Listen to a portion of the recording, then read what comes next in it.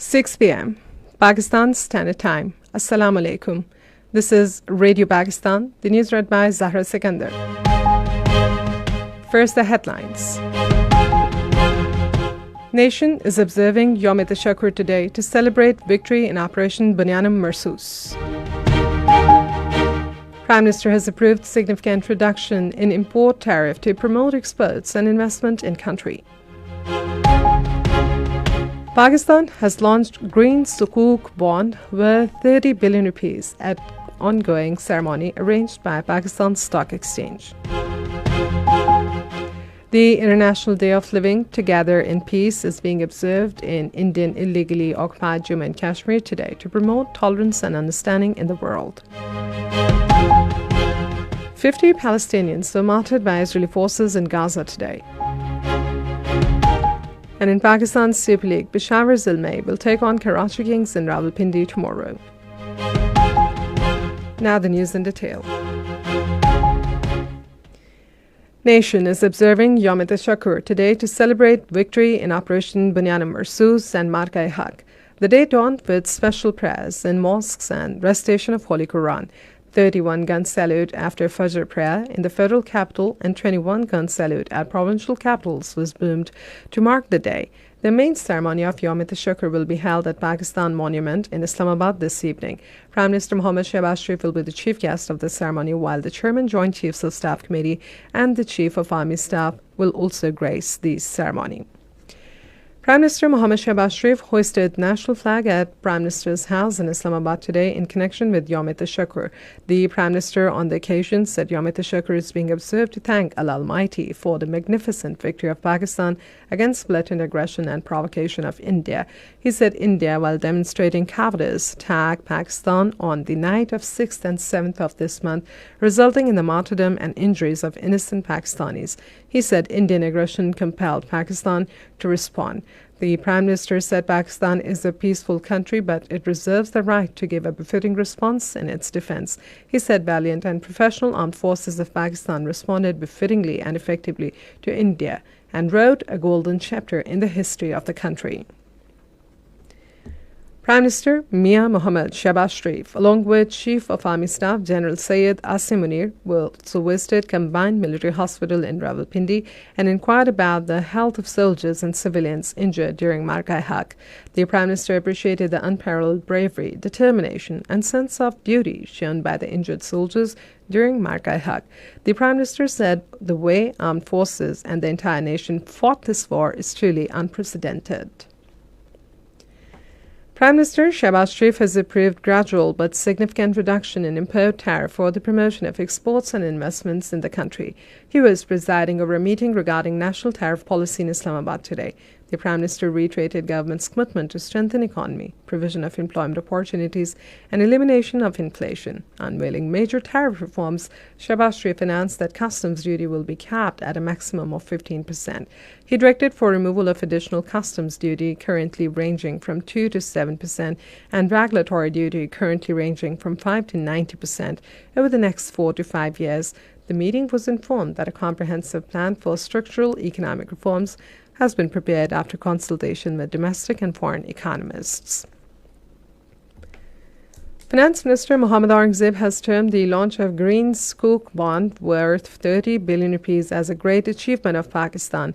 He was addressing a gong ceremony arranged by Pakistan's Stock Exchange for the launch of sovereign domestic green Sukuk through video link in Karachi today. Mohammad Aurangzeb urged private sector to come forward and play its due role in the economic front and assured that the government will provide all required facilities to it.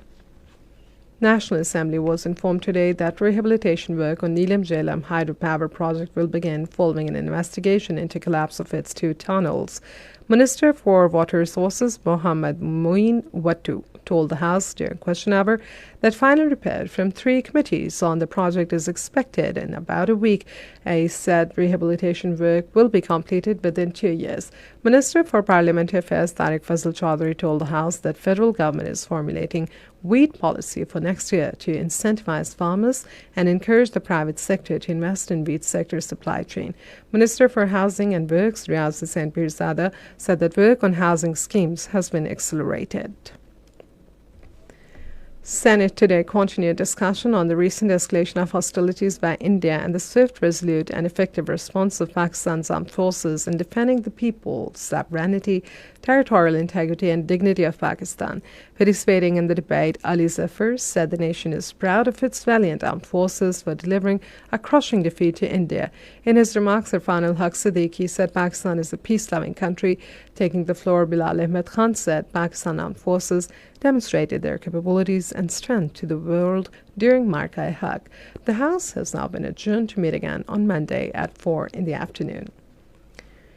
United Kingdom's Foreign Secretary David Lammy met with Deputy Prime Minister Mohammed Ishaq Dar in Islamabad today. The two leaders discussed regional developments, including Pakistan-India ceasefire. The Deputy Prime Minister appreciated the United Kingdom's constructive role in de-escalation.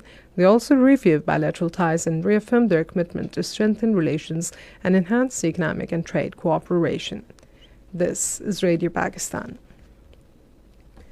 The All Parties Hurriyat Conference has urged the world community, including the United States, to take notice of India's breach of commitment to peace, justice, and respect for righteous political demand of the people of Indian illegally occupied Jammu and Kashmir.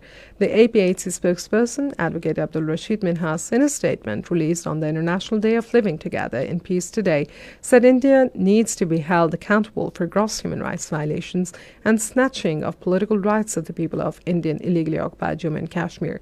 He said the Bharatiya Janata Party has brought the occupied territory to the brink of destruction, urging people to remain vigilant about the Hindutva BJP and their allied parties' conspiracies and reject its hidden allies in the territory.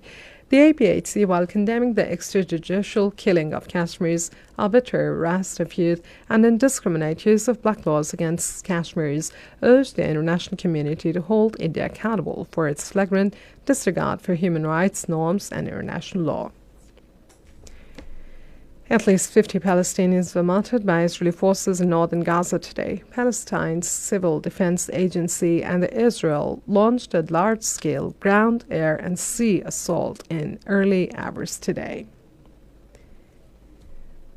United Nations says Indian authorities allegedly forced dozens of Rohingya refugees off a naval vessel into the sea near Myanmar last week after providing them with life jackets. The Office of the United Nations High Commissioner for Human Rights, in a statement, said at least 40 Rohingya refugees were detained in New Delhi and cast into the sea by the Indian Navy near the maritime border with Myanmar. The United Nations agency urged the Indian government to refrain from inhumane and life-threatening treatment of Rohingya refugees. Meanwhile, Saudi Arabia has condemned Israel's targeting of a major Palestinian hospital and the escalation of military actions against civilians in the Gaza Strip. The Saudi Minister of Foreign Affairs, in a statement, said the kingdom renews its categorical rejection of the continuation of the Israeli crimes of genocide against Palestinian civilians in Gaza. It said Saudi Arabia called for an immediate ceasefire in Gaza, emphasized support for Palestinians, and urged global accountability to end violations of the international law by Israel.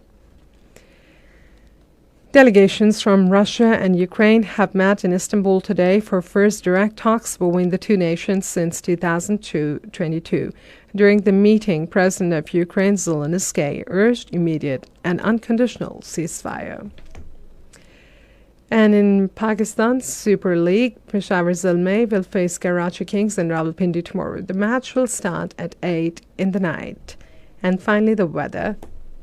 Mainly hot and dry weather is expected in most parts of the country during the next 12 hours.